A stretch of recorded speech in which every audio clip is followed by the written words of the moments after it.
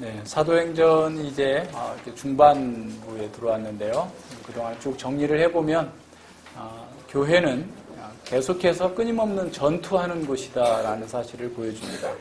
성령님께서 함께 하셔서 엄청난 역사가 일어나고 있음에도 불구하고 교회는 계속해서 전투를 멈춘 적이 없는 전투하는 교회로서의 모습을 보여주고 있는 것이죠. 오순절 성령 강림 사건 이후에 사도 베드로의 설교를 통해서 5,000명이 믿고 또 수많은 사람들이 믿고 돌아오는 그런 사건들이 있었음에도 불구하고 교회는 사장에 들어가 보면 그 당국자들, 사내들인 공회로 말미암아서 핍박을 받게 됩니다. 어려움을 겪게 되죠. 그럼에도 불구하고 그들은 기도하면서 하나님의 뜻을 이루기를 담대하게 선언하고 복음을 전하게 됩니다. 5장에 왔을 때 역시 또 마찬가지죠. 5장에도 어떤 교회가 성장하면서 교회 안에 어떤 위선이 들어오게 되고 외식이 들어오게 되는 어려움들이 생겨나게 됩니다. 그럴 때 성령께서 베드로를 통하여서 아나니아와 삽비라의 그런 위선을 드러내고 교회가 말씀 가운데서 더욱더 온전하게 세워지는 그런 상황 속에서 또다시 사내들인 공회가 물리적인 핍박을 하게 되죠. 그들을 죽이고자 하지만 교법사 가말리엘이 나서서 그들을 채찍질하고 내어보내주는 그런 상황이 나타나고 6장에 가서 보면 다시 교회는 헬라파 유대인과 히브리파 유대인들이 나누어서 다툼과 갈등이 생겨나게 됩니다. 문화적 차이죠. 언어적 차이죠. 이런 것들 때문에 교회 가운데에서 온전한 하나를 이루지 못하게 되는 그런 상황들이 이루어지게 됩니다. 그랬을 때 사도들은 자신들의 과오를 인정하고 솔직하게 인정하고 그리고 제자들 가운데에서 지도자를 뽑게 하죠. 그래서 7사람을 뽑아서 그 문제가 잘 해결되는 것처럼 보였지만 또 이 스데반의 7장에 가서 보면 스데반의 어떤 설교와 스데반은 헬라파 유대인 크리스찬으로서 헬라파 회당에 가서 계속해서 복음을 전하게 되니까 헬라파 회당에 있는 사람들이 스데반을 공회에 넘기게 되고 거기서 스데반의 설교가 7장에 나타나죠. 7장 마지막에서 스데반이 순교하게 되고 8장에서 헬라파 크리스찬들이 다 흩어지게 됩니다. 그래서 이제 유대와 사마리아까지 가서 복음을 전하게 되는데 8장에 빌립이 나타나게 되죠. 그래서 빌립이 사마리아의 복음을 전하게 됐고 또 에디오피아 내시에게 복음을 전하는 사건들이 나타나게 됩니다. 9장에서 열심히 교회를 핍박하던 사울이 회심하게 되는 상황이 나타나고 10장에서 이방인 고넬료에게 로마 군대의 백부장인 고넬료에게 복음이 전파되어지게 되고 그 문제로 인해서 또 한 번 예루살렘 교회는 큰 혼란에 빠지게 됩니다. 그러니까 유대인 믿지 않는 사람들, 다시 말하면 고넬료와 같이 할례받지 않은 사람이 교회로 막바로 들어오는 것이 가능하냐라고 하는 것에 대해서 큰 논쟁이 벌어지게 되고 11장에서 그것에 관한 베드로의 변증이 나타나고 베드로의 변증이 받아들여짐과 동시에 이방인 중심의 안디옥 교회가 설립되게 되죠. 그래서 교회가 이렇게 성장하는 것처럼 보였지만 동시에 또 어떤 일이 벌어지냐면 야고보 사도가 12장에 가서 보면 헤롯에 의해서 순교당하는 그런 사건이 나오게 됩니다. 그리고 이제 13장에서 바울과 바나바가 안디옥 수리아 안디옥 교회 이방인 중심의 교회의 지도자였던 바울과 바나바가 이제 복음을 전하러 1차 전도 여행을 떠나게 되고 그 2년여 기간이 지금 동안에 사실은 우리는 간단하게 몇 주 동안에 봤습니다만 그 기간이 적어도 2년 정도 이상의 소요되는 그런 긴 기간 동안에 가서 복음을 전하고 돌아오게 된 거죠.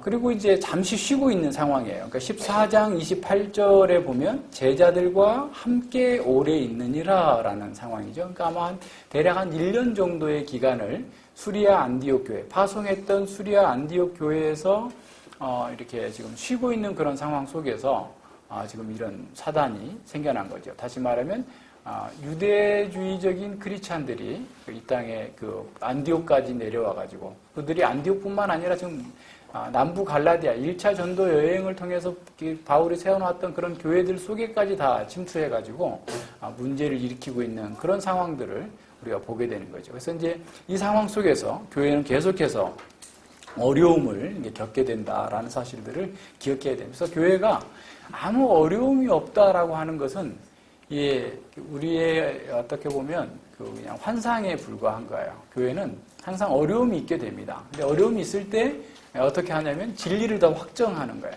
진리 안으로 들어가는 거고 진리 안에서 있는 거죠. 우리 역시 마찬가지. 우리 개인적으로도 우리에게 어려움이 없으면 사실은 이렇게 어떻게 능력이 이렇게 늘어나지가 않아요. 그죠? 정말 실력이라는 것은 어려움을 돌파할 때 능력이 생겨나는 겁니다. 그러니까 이 운동선수들이 아주 그냥 극한의 훈련을 하면서 어떤 어려움들을 극복해 나갈 수 있는 그런 능력을 구비하는 것처럼 어떻게 보면 예수님 믿는 우리들 또한 우리의 삶 가운데에서 사실은 계속해서 우리의 힘에 부치는 어려움들을 계속 이겨나가면서 믿음에 어떻게 보면 맷집이 생기고 힘이 생기고 능력이 생겨서 그런 면들을 강하게 이루어져 나갈 수 있는 그런 상황들을 보게 됩니다. 자, 바로 이런 상황 속에서 지금 교회에 굉장히 심각한 문제가 발생하게 된 거죠. 그동안에 있었던 그런, 예를 들어서 교회 내에 아나니아와 삽비라 사건과 같은 외식주의나 또는 헬라파 유대인이나 또 히브리파 유대인들 사이에 어떤 그런 갈등, 또는 이제 유대교 중심의 사람들이 교회를 핍박하는 것 정도의 그런 문제가 아니라 지금 이 상황에서는 좀 교리적인 논쟁으로 심각하게 지금 발전하고 있는 그런 상황입니다. 아주 굉장히 핵심적인 상황이죠. 자, 어떻게 보면 그동안의 교회가 가지고 있었던 또 예수님의 가르침들이 굉장히 다른 방향으로 좀 이렇게 쏠려가 버릴 수 있는 위기적 상황에 지금 이루고 있는 거예요. 아무래도 보면은요, 그 예루살렘에 있는 지도자들은 뒤에 가서 이제 그 사도행전 21장 이후에 가서도 보면 예루살렘에 있는 지도자들은 아무래도 유대적 문화권 속에서 이렇게 살다 보니까 이런 면에서 조금 더 이렇게 뭐랄까 생각이 진전되지를 못한 것 같아요. 그런데 바울의 상황과는 전혀 좀 다른 상황인 거죠. 어쨌거나 좀 이런 상황 속에서 바울이 그동안 해왔던 그런 모든 그런 그 열매들을 한 번에 싹 쓸어가 버릴 수 있을 만한 그런 위기가 지금 이제 닥치게 된 겁니다. 그러니까 여기서 지금 15장 1절과 2절에서 나타나고 있는 내용들은 어떤 거냐면 예루살렘에 있었던 어떤 사람들이 수리아 안디옥에 이방인 중심의 교회에 와가지고 너희들이 할례를 행하지 않으면 구원받을 수 없다라고 하는 것으로서 교회를 어지럽혔는데 그것이 지금 다가 아니고 이미 지금 그와 같은 사람들이 예루살렘 교회에 정식으로 공식적인 어떤 파송을 받은 것도 아닌데 이방인 중심의 교회들을 찾아가가지고 지금 들러엎고 있는 그런 상황들이 지금 계속되고 있는 거예요. 그게 문제인 겁니다. 그래서 이것이 얼마나 중차대한 문제였는지 사실 그 문제에 관해서 바울이 편지를 쓴 게 갈라디아서예요. 그래서 갈라디아서를 동시에 보는 것이 필요합니다. 그래서 이제 갈라디아서 교회의 어떤 저작권이라든가 또는 그 기록 시기에 대해서 학자들 사이에 여러 견해가 있는데 그러니까 이제 남부 갈라디아설, 북부 갈라디아설, 또 이렇게 전기설, 후기설이 있는데 남부 갈라디아라는 건 어디를 얘기하냐면 지금 1차 전도여행 13장과 14장에서 이루어졌던 그 지역을 가리키는 거예요. 그러니까 비시디아, 안디옥, 이고니온, 더베, 루스드라 이런 지역이 지금 남부 갈라디아 지역이고 북부 갈라디아 지역은 어디냐면 에베소 쪽의 위쪽을 얘기하는데 어떤 분들은 그쪽이다라고 얘기하시는 분들도 있고 그래서 그렇게 되면 북부 갈라디아서를 주장하시는 분들은 갈라디아서가 상당히 후기에 기록된 서신으로 보지만 대부분의 학자들은 근래에 와서 여러 가지 정황 증거를 보면 남부 갈라디아서 1차 전도 여행 때 세웠던 그 교회들을 그리고 이 갈라디아서의 기록 연대가 지금 AD 49년경이다라고 봐요. 그러니까 바울의 회심 연도를 대충 한번 생각해 보면요. 바울이 언제 회심했냐면 대략 AD 32년에서 33년쯤에, 그러니까 오순절 성령 강림 이후에 한 3, 4년 후에 이렇게 회심을 했고요. 회심하고 나서 다메섹에서 회심하고 난 다음에 곧장 어디로 갔냐면 이제 갈라디아에서 다 나와요. 곧장 아라비아 광야로 가요. 광야에 가서 아마 예수님 고린도후서 12장에서 말씀하고 있는 것처럼 예수님께로부터 하나님께로부터 오는 직접 계시를 받고 훈련을 받고 또한 우리가 지난번에 같이 공부했던 것처럼 말씀으로 준비되어지는 사역이 있죠. 그러고 난 다음에 다시 어디로 오냐면 다메섹으로 오게 됩니다. 다메섹에서 와서 쫓겨나게 돼요. 아레다 왕을 피해서 이제 도망쳐서 나오는데 그러고 난 후에 회심 후에 3년 만에 예루살렘에 오는 거예요. 그러니까 예루살렘에 그전에는 예루살렘 활동을 했죠. 거의 공회의원처럼 활동을 했었는데 바울이 회심한 이후에 3년 만에 처음으로 예루살렘에 왔어요. 그때가 AD 35년이나 6년 정도 되겠죠. 그러고 나서 예루살렘에서 사역을 하기를 원했지만 하나님께서는 그를 이방인의 사도로 부르셨다 해가지고 유대인들이 그를 죽이려고 하자 형제들이 그를 다소로 보내게 돼요. 그래서 다소에 가가지고 9년에서 10년 정도를 보내게 됩니다. 그러면 벌써 45년, 46년까지 다소에 있게 된 거죠. 그런 상황에서 수리아 안디옥 교회가 성장하게 되자 바나바가 공식적으로 초청을 해서, 물론 예루살렘 교회와 의논했겠죠. 초청을 해서 수리아 안디옥 교회에서 바나바와 1년 동안 동역을 하게 돼요. 그러고 나서 이제 예루살렘에 이제 그 두 번째 가게 됐는데, 그때가 이제 갈라디아서 2장에 나오는 그 상황인데, 디도와 함께 계시를 받고 예루살렘에 갔다 그랬을 때 아가보가 사도행전 11장 28절 이하에서 천하에 큰 기근이 들 것이다 라고 해가지고 우리가 같이 공부했듯이 예루살렘 교회와 유다 지역의 교회들을 위하여서 수리아 안디옥 교회가 구제 헌금을 가지고 가잖아요. 그래서 구제 헌금을 가지고 간 그 상황 속에서 두 번째 방문을 하게 되는데, 그때 아마 디도가, 헬라인 디도가 동행을 하게 된 거예요. 그때 동행을 했는데 유대주의자들이, 자, 거기를 찾아봅시다. 일단 갈라디아서 2장을 한번 찾아봐요. 갈라디아서 2장을 보세요. 자, 14년 후에라는 말은 회심한 후 14년이 됐다는 거예요. 그죠? 그러니까 이제 회심하고 3년 동안 아라비아 광야에 있다가 다메섹에 가가지고 또 한 9년에서 10년 있었고, 그 다음에 안디옥에서 1년 사역했으니까 14년쯤 된 거잖아요. 그래서 내가 바나바와 함께 디도를 데리고 예루살렘에 올라갔노니 계시를 인하여라는 말, 그죠? 아가보의 그 계시를 인해서 수리아 안디옥 교회가 예루살렘과 유대 지역에 있는 교회들을 위하여서 구제헌금을 가지고 간 그때에 바울은 내가 이방 가운데에서 전파하는 복음을 저희에게 제출하되 유명한 자들에게 사사로이 한 것은, 자, 유명한 사람들에게 자신이 전했던 그 이방인 가운데, 물론 다소와 수리아 안디옥에서 전했던 그 복음의 내용과 결과, 그 사역들을 따로 설명을 했다라는 거야. 왜 그렇게 했느냐? 그러면 자신이 다름질하는 것이나 다름질한 걸 헛되지 않게 하려 합니다. 다시 말해 자기가 전했던 이 복음을 이렇게 변증을 받거나 확정을 받기 위한 것이 아니라 자기가 전했던 그 복음에 대해서 분명하게 그들에게 얘기함으로써 그들이 다른 어떤 얘기도 하지 않도록 하기 위함이다라고 위한 거예요. 자, 이 갈라디아서를 그러면 언제, 아까 AD 49년에 썼다고 그랬을 때 갈라디아서에 기록하게 된 배경은 어떤 거냐면, 지금 보세요.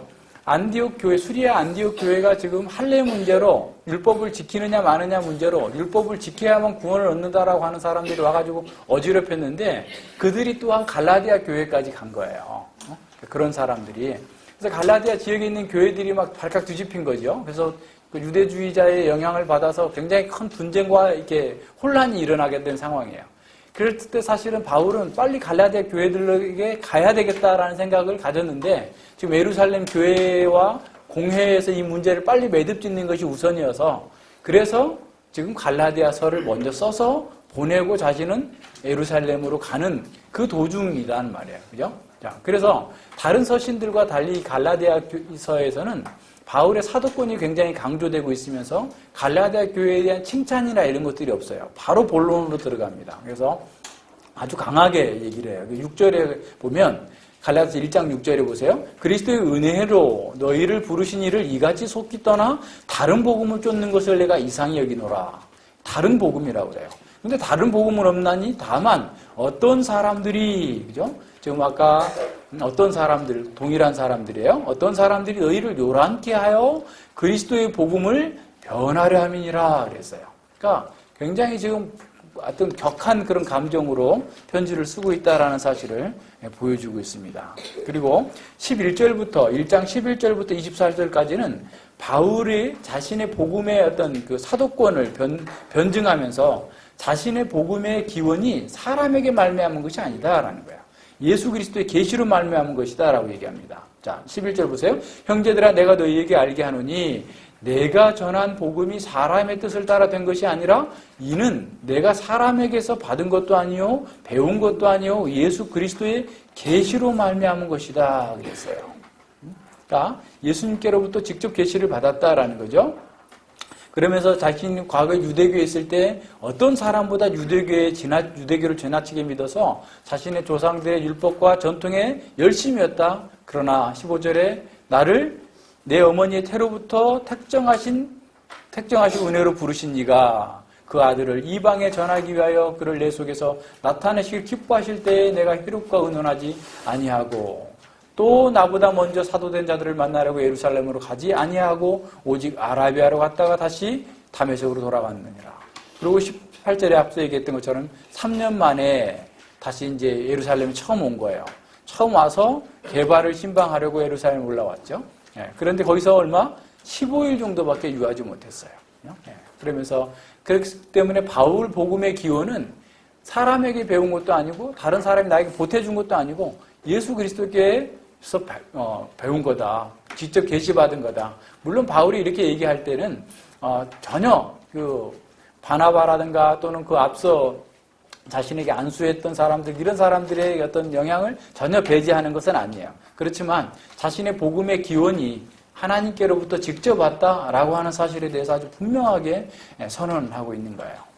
자, 그러면서 이제 2장에서 14절, 14년 후에라고 이렇게 나타나죠. 그래서 이 모든 것들이 사실은 바울 그 자신의 복음에 대해서 허틀어뜨리는 것. 다시 말하면 지금 이 어떤 사람들은 와가지고 바울의 어떤 복음에 문제가 있다. 그는 제대로 가르칠 것을 못 가르쳤다.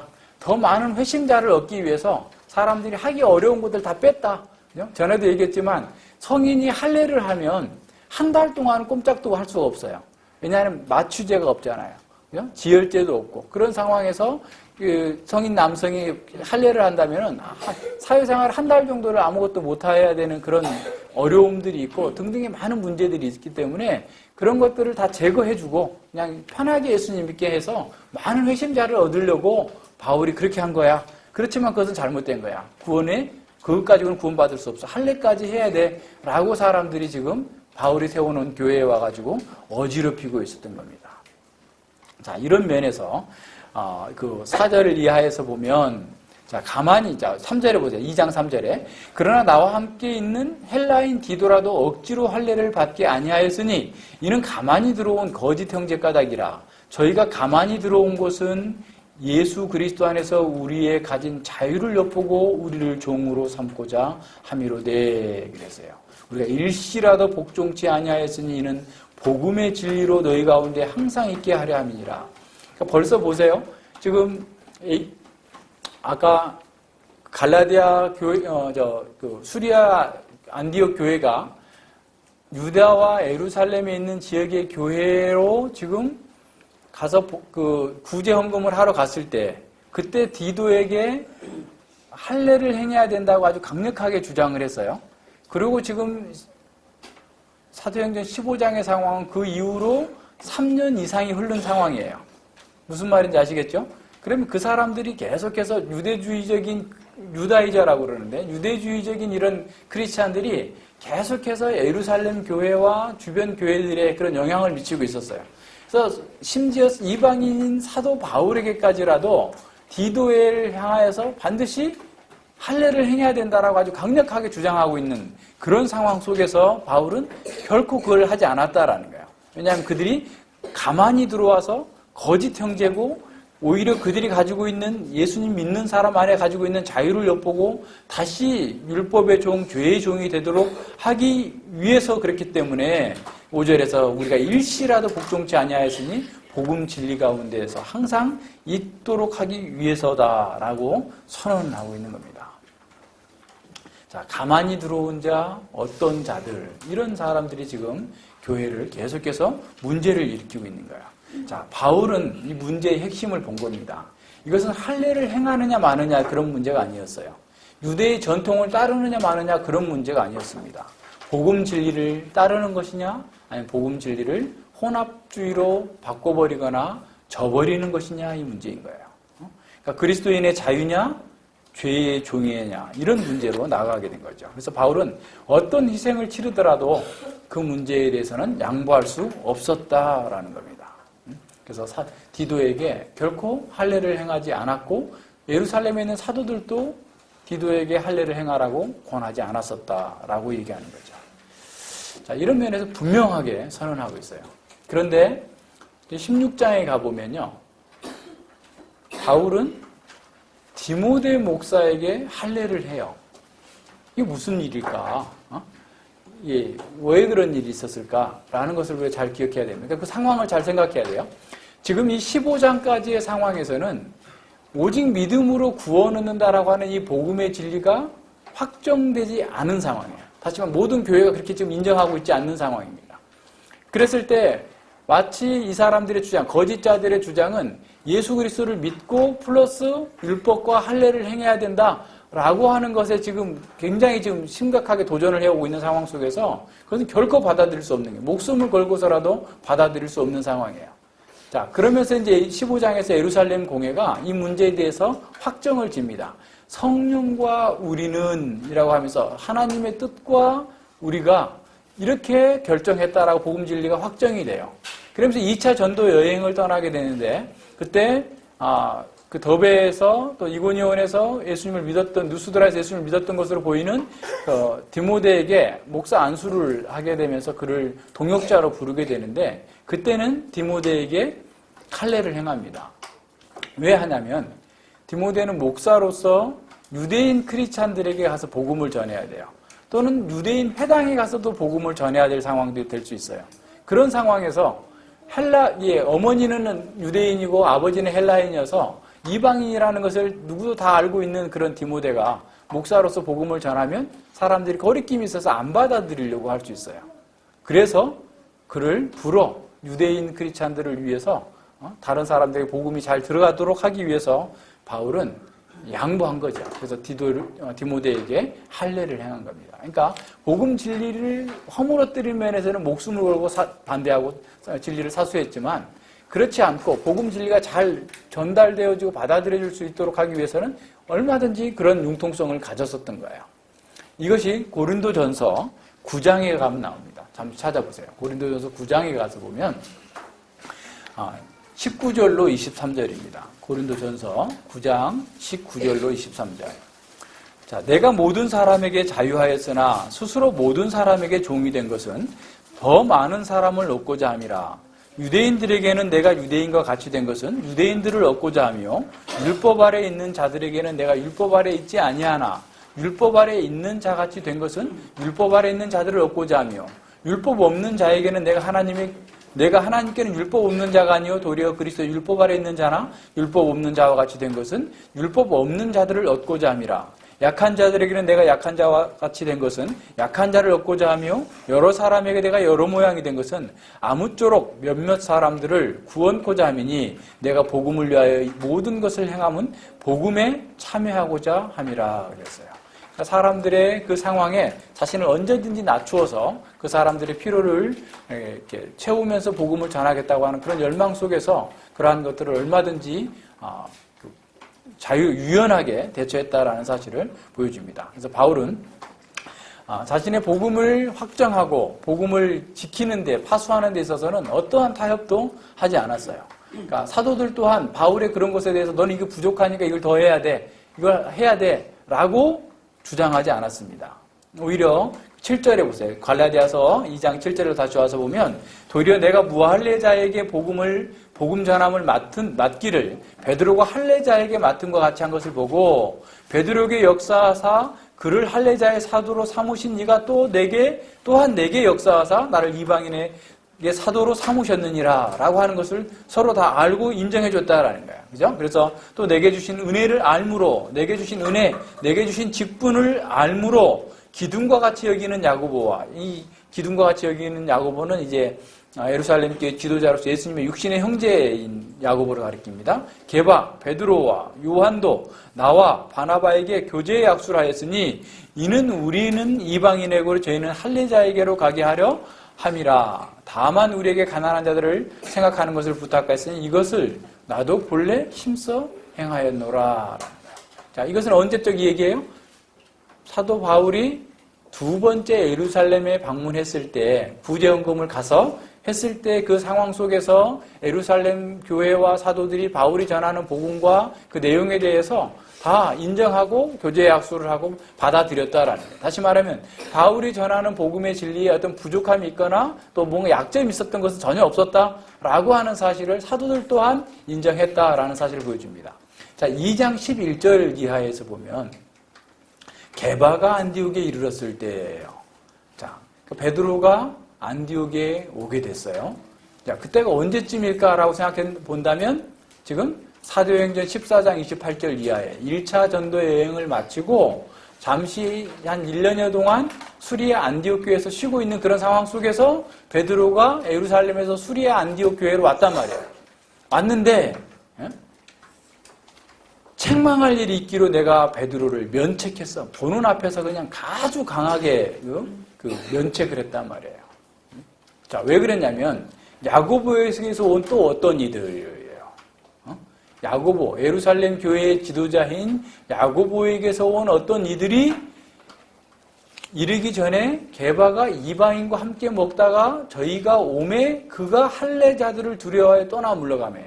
자, 여기서 먹다라는 것은 예찬과 성찬을 의미하는 거예요. 그때는 예찬과 성찬이 함께 이루어졌어요. 그러니까 이방인 교회에 온 베드로가 아마 설교도 했겠죠.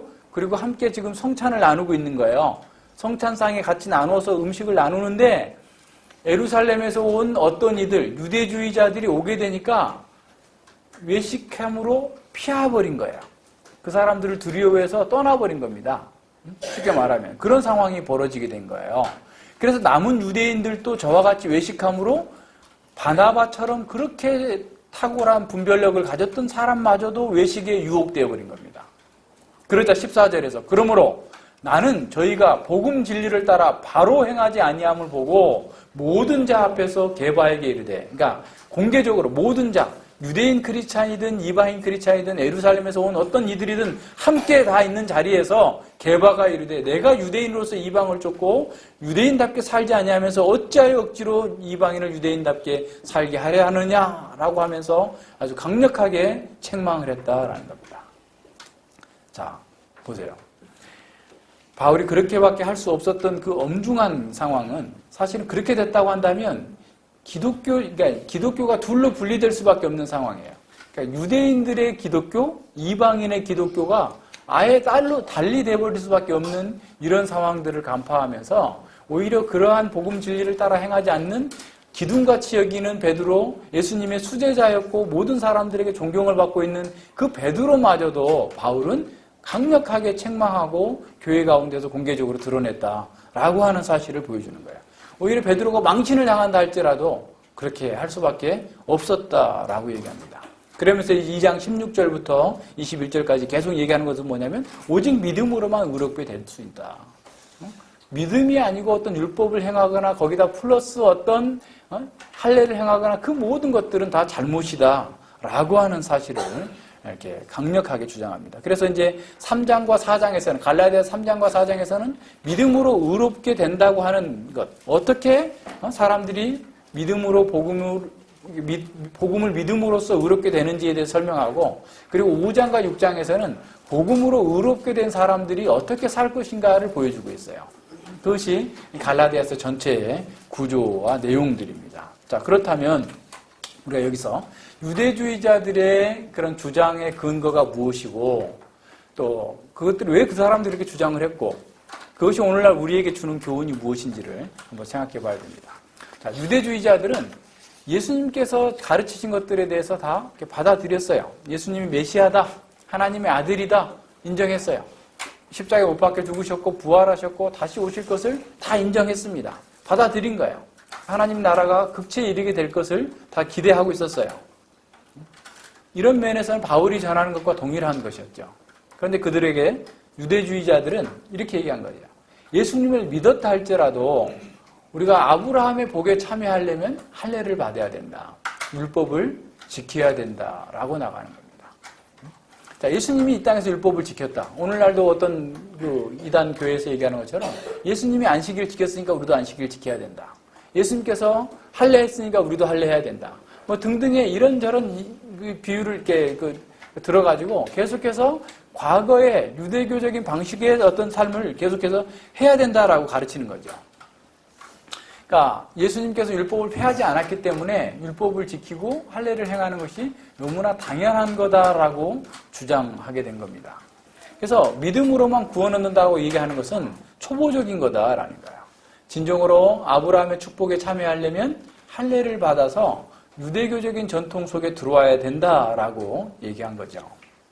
그러면서 그들은 바울의 가르침에는 심각한 흠이 있었다라는 거예요. 왜냐하면 바울은 예수님의 12제자가 아니었기 때문에, 사도가 아니었기 때문에 그가 가르치는 것은 흠결이 있다라고 주장하는 거예요. 그래서 바울이 가르친 대로만 한다면 우리가 그리스도인의 온전함에 이를 수 없다. 그래서 우리가 그것을 보존해 주러 왔다. 바울이 부족한 점을 우리가 보태서 너희들에게 이렇게 전함으로써 너희들이 온전한 자유를 누리고 복을 누릴 수 있도록 만들어주러 왔다라고 하는 것이 유대주의자들의 거짓된 주장들이었어요. 그래서 이게 지금 굉장히 당시에 지금 심각한 문제를 일으켰습니다. 그래서 골로새서에서도 그 문제가 계속 드러나고 있고, 로마서에서도 드러나고 있고, 이 갈라디아 교회에서도 아주 상당하게 강력하게 드러나고 있는 거예요. 그래서 이제 바울이 율법을 지키라고 강조하지 않은 것에 대해서 그 큰 문제가 있고, 사람을 기쁘게 하려고 율법의 의도를 무시했다라고 하면서 사람들을 이렇게 휩쓸려 가게 하는 거예요. 그러니까 사실은 그 고린도 교회와 바울과의 관계가 틀어지게 된 것도 사실 다 이런 유대주의자들의 그 주장들, 천거서들, 그 사람들은 천거서 갖고 오는 게 베드로가 써준 내 천거서야 라고 하면서 예루살렘의 지도자가 써준 천거서라고 하면서 교회에 들어와 가지고 계속해서 바울이 가르친 복음에 대해서 문제가 있다 계속 주장하는 겁니다. 그게 문제가 주로 이제 이런 문제들이에요. 율법과 관련된 문제.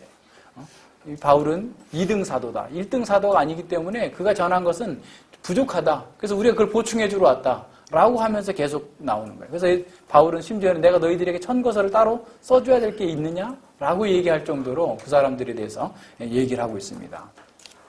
자, 그렇다면 왜 이런 유대주의자들은 이와 같은 주장을 했을까를 한번 생각해 봐야 됩니다. 자, 첫째로는 뭐냐면 예수님을 믿었다고 할지라도 구약 성경이 가지고 있는 또 보여주었던 온전한 해석의 원리들을 알지 못하게 되니까 자꾸 율법을 자구주의로 해석하게 돼요. 우리도 이런 게 있습니다. 그러니까 우리가 사실 이제 가령 쉽게 얘기하면 우리가 이제 직분에 대해서도 우리는 교회에 거의 절반 이상은 직분자인 시대에 살고 있죠. 그죠?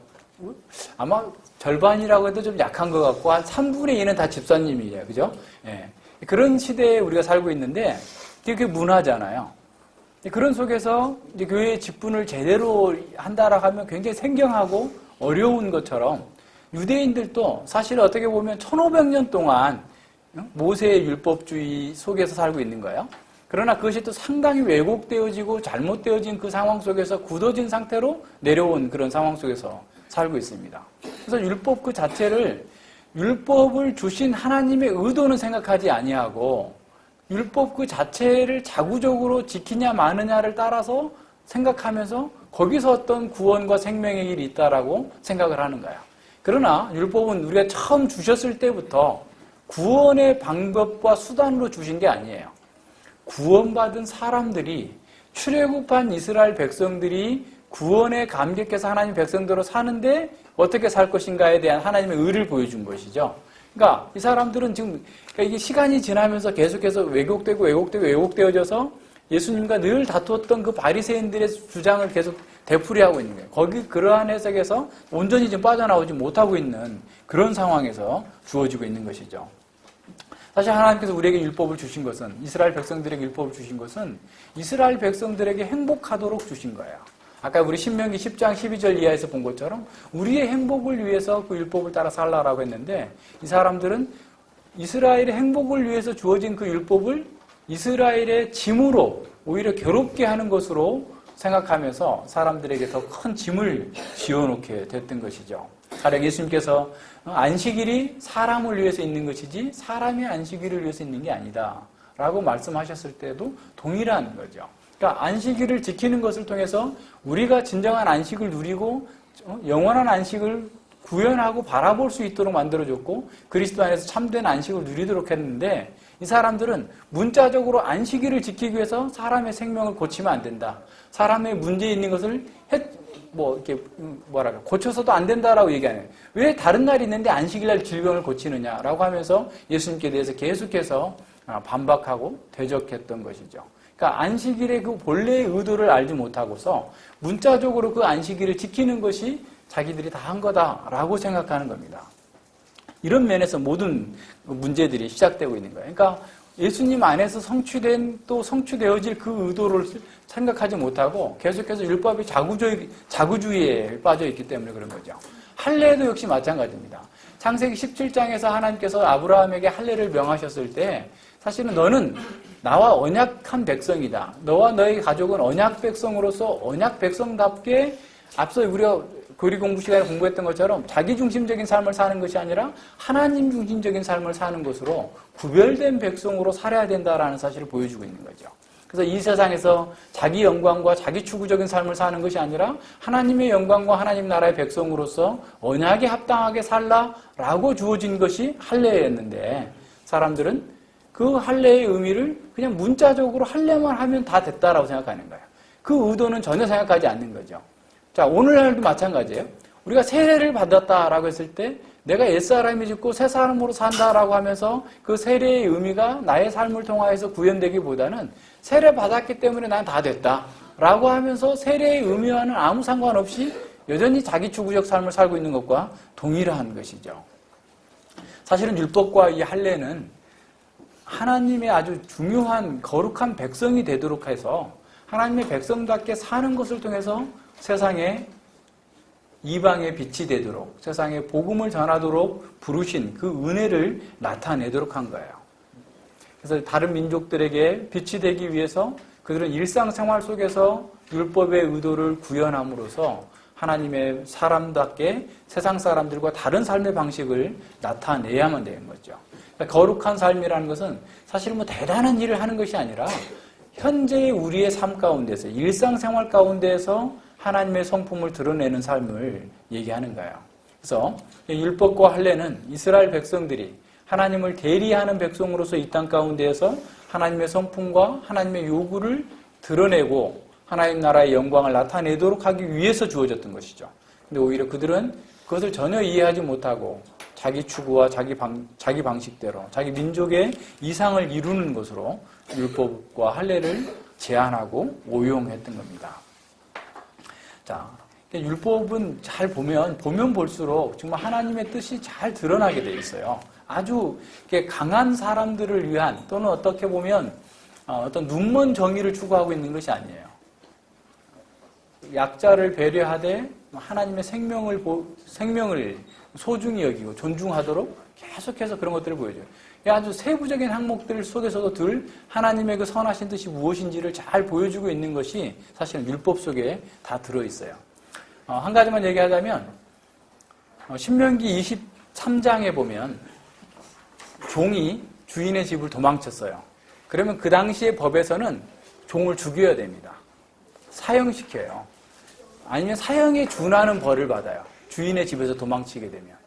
그런데 하나님께서는 그를 주인의 집으로 돌려보내지 말라라고 하는 거예요. 왜냐하면 이스라엘 사회에서는 사실 종도 가족과 같이 되어 있어요. 그러니까 예를 들어서 로마 시대의 종들은 막 그 갈리선에서 그 배 밑창에서 막 계속해서 노예처럼 완전히 그냥 짐승처럼 노만 젓고 있는 그런 사람이라든가 아프리카에서 있는 그런 노예들이 미국에서 노예 노동을 했던 것처럼 비인간적인 대접을 받지 않았어요. 종도 가족처럼 여긴 거예요. 자, 그래서 보통의 그 이스라엘 사회 속에서는 이 종들이 상당히 그래도 이렇게 어떻게 보면 그 안락한 지위를 누리면서 하나님의 백성으로서 지위를 이렇게 소유하면서 살았었는데 그 사람이 도망쳤다라고 하는 것은 그 주인이 그를 가혹하게 대했다라는 것을 의미하는 거예요. 그래서 만약에 노예가 다 도망쳤는데 종들이 도망쳤는데 주인한테 돌려보내지 말고 그가 원하는 곳에 살게 하라라는 법을 좀 율법을 광범위하게 적용한다면 이스라엘 사회에서는 노예제도가 없어져 버려야겠죠. 다 도망쳐 버릴 거 아니에요. 그런데 지금 예외적인 상황으로 본 겁니다. 예외적인 상황에서 아주 가혹한 주인에게 생명의 유혹을 받아서 도망쳤다고 한다면 그 사람을 주인에게 돌려보내지 말고 그가 원하는 곳에 살도록 보장해 주라라는 거예요. 다시 말하면 주인의 강자의 법적인 권리보다 약자의 생명권을 중요시 여기는 거예요. 무슨 말인지 아시겠죠? 그런데 지금 바리새인들이 계속해서 예수님과 다퉜을 때 한번 보세요. 그들은 법적인 눈먼 정의를 요구하면서 약자의 생명권을 다 무시하게 됩니다. 이게 율법주의의 심각한 문제예요. 하나님의 의도는 사실은 그 사람들의 복지를 위하고 생명을 보호하기 위해서 하나님의 뜻으로 주어졌던 것들을 그 하나님의 법을 잘못 적용하게 되면 무조건적으로 그걸 적용하게 되는 눈먼 정의가 되어버리는 겁니다. 그러니까 이런 상황을 굉장히 많은 부분에서 드러내 보여주고 있어요. 그러니까 이런 유대주의적인 어떤 그 오류들이 그런 데서 발생했다라는 것을 잘 생각해 봐야 돼요. 그래서 어떻게 보면 그 사람들이 지금 예수님을 믿고 하나님 앞에서 교회로 나왔다 할지라도 여전히 자기중심적인 히브리주의를 고집하고 자기 민족 중심의 그런 문제들을 계속해서 갖게 된 거예요. 자, 그럼 그 사람들 왜 그랬을까라고 생각할 때 해보면 자, 안디옥 교회가 엄청나게 성장하고 또 안디옥 교회에서 파송해서 바울의 전도로 인하여서 지금 아시아 지역의 남부 갈라디아 지역에 교회들이 팽창적으로 성장하는 그런 과정들을 보면서 어떻게 보면 위기의식을 느꼈을 것 같아요. 유대교적인 기독교가 사라져버리게 될 것이고 이방인적인 기독교가 된다면 이건 진정한 기독교가 아닐 거다라고 생각하면서 적극적으로 교회들이 가가지고 할례를 주장하고 율법 준수를 주장하는 사람들이 생겨나게 된 것이죠. 그래서 자신들의 그 유대인 교회가 몰락하게 되고 그들이 소중하게 여기는 전통과 또한 율법이 사라져버릴 것을 두려워한 나머지 적극적으로 이 일에 참여하게 된 것 같아요. 그래서 이 사람들이 어떤 중립적인 것이 아니라 바울이 얘기하고 있는 것처럼 복음을 변질시키려고 할 수 있을 정도로 적극적으로 교회를 무너뜨리고자 하는 방식으로 나아갔기 때문에 그렇게 했던 것이죠. 자, 이런 상황에서 바울은 이들이 가지고 있는 주장의 그 위험성을 꿰뚫어 본 거죠. 만약에 율법을 계속해서 지켜야 된다고 한다면 할례가 어떤 구원의 칭의의 조건이 된다면 그것은 복음이 변질되는 것이다 라는 사실을 강력하게 주장한 겁니다. 그래서 갈라디아서 2장 21절에서 바울은 이렇게 얘기하고 있어요. 내가 하나님의 은혜를 패하지 아니하노니 만일 의롭게 되는 것이 율법으로 말미암았으면 그리스도께서 헛되이 죽으셨느니라. 그리스도께서 헛되이 죽으셨다.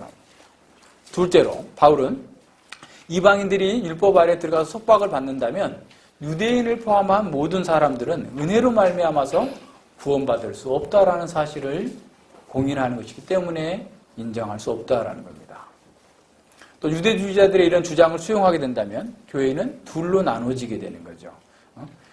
그렇기 때문에 바울은 율법 준수와 무관한 순수한 은혜의 복음을 위해서 최선을 다해서 싸웠고 유대주의자들에게 경고하고 그들에게 회개를 촉구했던 것입니다. 그래서 바울은 수리아 안디옥 교회에서나 갈라디아 지역에 있는 모든 교회들에서 율법의 행위와는 상관없는 예수 그리스도를 믿음으로 말미암아 구원 얻는다라는 사실을 계속해서 선포했어요. 우리 지금 바울의 설교가 13장에서 자세히 다뤄졌었고 그 상황 속 계속해서 나타나고 있는 것은 뭐냐면 오직 예수 그리스도의 십자가의 은혜로 구원을 얻는다라고 하는 은혜의 복음만이 이렇게 이루어져 전달되어졌던 것이죠. 그래서 이 갈라디아 교회가 이렇게 분명하게 주어졌던 복음을 버리고 또 다시 율법주의로 회귀하고자 할 때 그들은 강력하게 아주 주장하고 있습니다. 갈라디아서 1장 8절과 9절에 보면 바울이 이렇게 선언합니다. 그러나 우리나 혹 하늘로부터 온 천사라도 우리가 너희에게 전한 복음 외에 다른 복음을 전하면 저주를 받을지어다. 그러니까 자신이 전했던 복음이 내가 보니까 생각해보니까 틀렸네. 이거 보태야 되겠어. 라고 한다면 자기도 저주를 받고 다른 사람도 저주를 받아야 된다라는 거예요. 천사라도 우리가 전했던 그 전에 그 복음에 무엇인가를 더하거나 빼면 저주받아야 된다라고 선언하고 있습니다. 우리가 전에 말하였거니와 내가 지금 다시 말하노니 만일 누구든지 너희의 받은 것 외에 다른 복음을 전하면 저주를 받을지어다. 아주 강력하게 도전하고 주장하고 있는 거죠. 진리를 무너뜨리는 자들에 대해서는 이루의 가치도 없이 그것에 대해서 분명하게 선언하고 있습니다. 자, 오늘날에도 동일한 문제가 교회에 어지럽히고 있고 교회에 어려움을 주고 있습니다. 교회가 율법의 정신과 원리를 이해하지 못하고서 아직도 기계적으로 또 형식적으로 율법을 지켜야 된다라고 주장하는 사람들이 많습니다. 하나님의 말씀을 따르기보다는 인간적인 방법과 인간적인 전통, 인간적인 수단들을 더 신뢰하는 상황입니다. 하나님의 백성들이 하나님의 뜻을 알지 못하고 하나님의 이름으로 자기중심적인, 인간중심적인 삶을 정당화하고 있어요. 자, 이런 상황에서 자신과 교회를 지키기 위해서 우리는 무엇보다도 먼저 성경에 게시된 진리를 붙잡고 수호해야 됩니다. 20세기 초반에 미국의 교회가 좌경화된 것도 진리를 사랑이라고 하는 명목으로 양보했기 때문에 그렇습니다. 미국 교회의 19세기에 유럽에서 시작된 자유주의 신학이 물밀듯이 들어왔어요. 처음에 들어왔을 때는 몇 사람 안 됐습니다. 그럴 때 교회가 단호하게 징계하고 그 문제를 직시했어야 되는데 그것을 포용해 줍니다. 근데 얼마 되지 않아 가지고 다수가 이 좌경화된 자유주의 신학자들이 되어버린 거예요. 그래서 오히려 보수 개혁주의자들이 쫓겨나게 되어버립니다. 프리스턴 신학이 좌경화된 것은 10년도 걸리지 않았어요. 그렇게 다 쫓겨나게 됩니다. 이럴 정도로 심각한 문제를 야기하게 되는 것이죠. 단호해야 될 때 사랑이라는 명목으로 진리를 양보하고 받아주면 이렇게 엄청난 피해를 입게 됩니다. 기독교의 사랑은 진리와 함께 기뻐하고 불의를 미워하는 것입니다. 따라서 우리는 진리의 핵심을 목숨 걸고서라도 지켜나가야 됩니다. 바울처럼 어떤 요구와 어떤 명목으로도 진리를 양보해서는 안 되는 것이죠. 하지만 진리의 본질적인 부분이 아닌 부분에 대해서는 해석의 다양성을 인정할 수 있는 넓은 마음을 가져야 되는 거예요.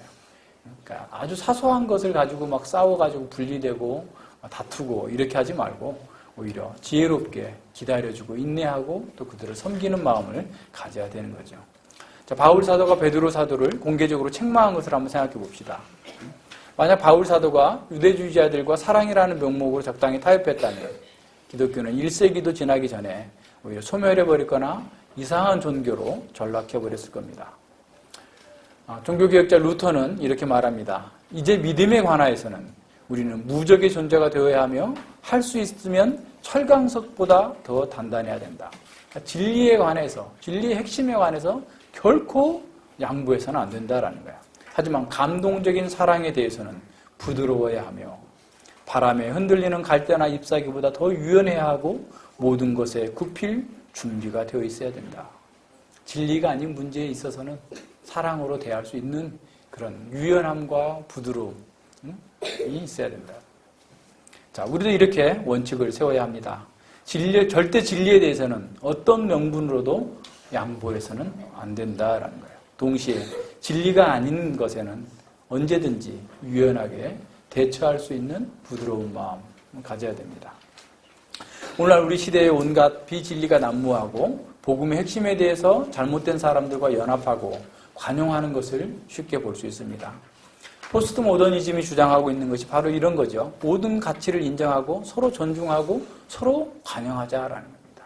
절대 진리라고 얘기하지 말고 다 상대적인 진리다. 다 그냥 좋고 좋은 게 좋은 거다라고 얘기하자라는 거예요. 그래서 현대는 관용의 시대라고 말할 수 있습니다. 하지만 문제는 비진리와 죄, 거짓말과 범죄 행위까지라도 관용하고 또 사랑해야 된다라고 강요하고 있다는 겁니다. 하지만 우리의 연합은 진리와 성령 안에서의 연합이 되어야 됩니다. 학연이나 지연, 혈연을 내세워서 진리를 양보해서는 안 됩니다. 어떤 명분과 현실적인 이익을 내세우더라도 진리의 길에서 양보하게 되면 우리는 망하게 되는 거예요. 이건 교회 안에서도 마찬가지입니다. 교회 안에서도 우리는 연약한 것에 대해서는 얼마든지 인내해주고 기다려주고 참아주면서 도울 수 있어요. 하지만 간교하게 죄를 범하는 것, 간교하게 진리를 부정하는 것에 대해서는 허용해줘서는 안 됩니다. 그것은 공동체 전체에 큰 위험을 가져올 수 있기 때문에 그렇습니다. 자, 우리가 두 번째로 생각해야 될 것은 우리 안에도 유대주의처럼 이런 종교적 형식주의가 남아있지 않는지 살펴봐야 됩니다. 할례를 주장했던 것처럼 우리도 세례를 받았다라고 하면서 세례받은 자답게 살고 있는지 생각해 봐야 됩니다. 개혁교회 세례 예식문에는 다음과 같이 고백합니다. 우리는 세례로 주님에 의해 새로운 순종에 부름받고 의무를 지게 됩니다.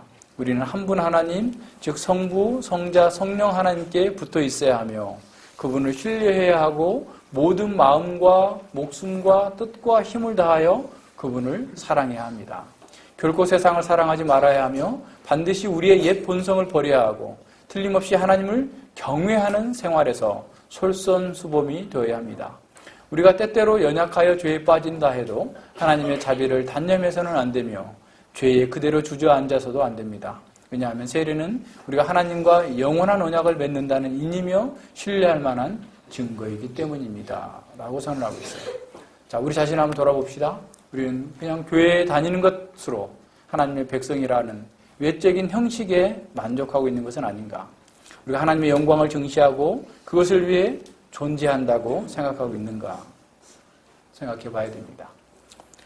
헌상으로서 연보하는 것도 마찬가지입니다. 어떤 사람은 내가 이렇게 어려운 상황 속에서도 연보했으니, 헌금했으니 더 많이 주시기를 바랍니다. 라는 그런 의식을 갖고 있을 수 있죠.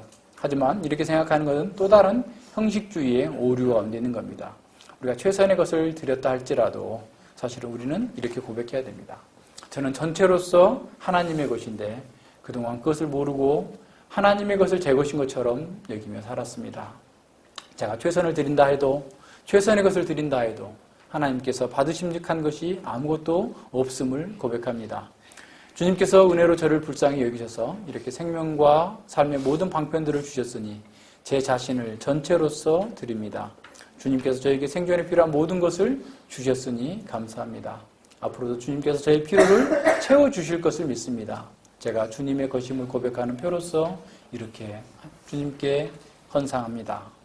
제 마음과 영혼과 육체를 대표해서 이렇게 헌상하니 주께서 받아주시옵소서라고 하는 그런 마음과 자세를 가져야 되는 거죠. 바리새인들처럼 박하와 회향과 근처의 11조는 철저히 드리지만 더 중요한 인과 의와 사랑을 버린 것은 아닌지 점검해 봐야 됩니다. 우리는 주께서 원하시는 삶, 주께서 경영하시는 나라를 위해 성심껏 섬기려는 고백 위에 물질을 드려야만 합니다. 하나님의 백성으로서 거듭난 사람은 복음에 대한 반응으로서 자신을 하나님께 드리는 일을 하고자 하는 거죠. 복음의 은혜를 깨달은 사람은 그리스도의 사역을 위해, 교회적 사명을 위해 자신을 내어주려고 하는 사람입니다. 그리스도의 교회를 위해 자신을 헌상하여 드리는 것이 사실은 기독교의 본질이 담겨져 있어요. 우리가 오랜 기간 동안 신앙생활을 해온 것이 중요한 것이 아닙니다. 어떤 봉사를 많이 했다고 하는 것도 중요한 것이 아닙니다. 우리에게 중요한 것은 우리 자신의, 우리의 마음과 영혼이 먼저 주님을 닮아가고 있는가, 주님의 성품을 따라가고 있는가, 그리고 주님의 사역을 위해서 자신을 드리고자 하는 열망이 있는가, 이것이 중요합니다. 오랜 시간 신앙생활을 했다고 하면서 스스로 그리스도인이라고 자부하면서도 진리의 말씀에 마음과 영혼이 전혀 반응하지 않는 것, 이것이야말로 정말 두려운 일입니다. 우리는 자기 양심에 하나님의 말씀으로 인한 찔림이 있을 때 그때 좀 심각하게 생각해야 됩니다. 그 말씀 앞에서 회개하고 돌이키지 않으면 나중에는 면역이 생겨요. 그래서 어떤 말씀에도 움직이질 않아요. 꼼짝하지 않습니다. 목이 곧고 완고한 상태가 되어버린 겁니다. 원래 목사님은 그렇게 얘기하시는 거지 뭐. 현실을 모르고 그냥 이상적인 얘기만 하는 거야 라고 생각하면서 자신은 다 됐다고 생각하고 변명하면서 빠져나갑니다.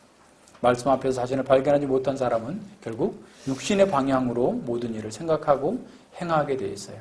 그런데 이런 육신적인 사람일수록 교회에서 더 많은 일을 하고자 해요. 왜냐하면 일을 통해서 자기 살피는 것을 회피하려고 하는 것이기 때문에 그래요. 그러나 오히려 그런 사람은 일을 하지 말고 먼저 자신을 살펴야 됩니다.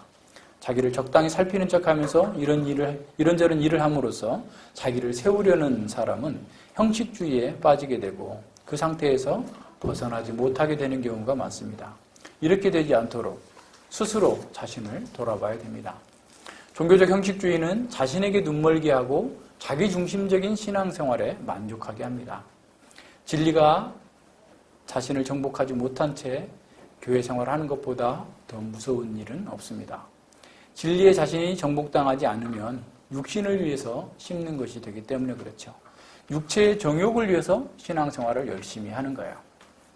그러면 결국 육체로부터 썩어질 것을 거둘 수밖에 없게 되죠. 이는 우리의 싸움이 어디서부터 시작되어야 되는지를 보여줍니다. 우리 안에서 먼저 육체의 소욕과 죄를 제거하는 헤렘의 싸움을 해야 됩니다. 동시에 말씀을 따라서 성령의 인도하심을 구하고 따라가야 됩니다. 성령을 위하여 심는 자, 곧 성령의 인도하심을 따라 말씀을 구현하는 사람은 성령으로부터 영생을 거두게 됩니다. 우리의 삶 속에서 율법의 진정한 정신과 목적이 성취됨으로써 하나님께는 영광이 되고 우리에게는 평강과 안식을 누리며 우리의 이웃들에게는 복음이 증거되어지는 선교적 삶을 살아야 되겠습니다.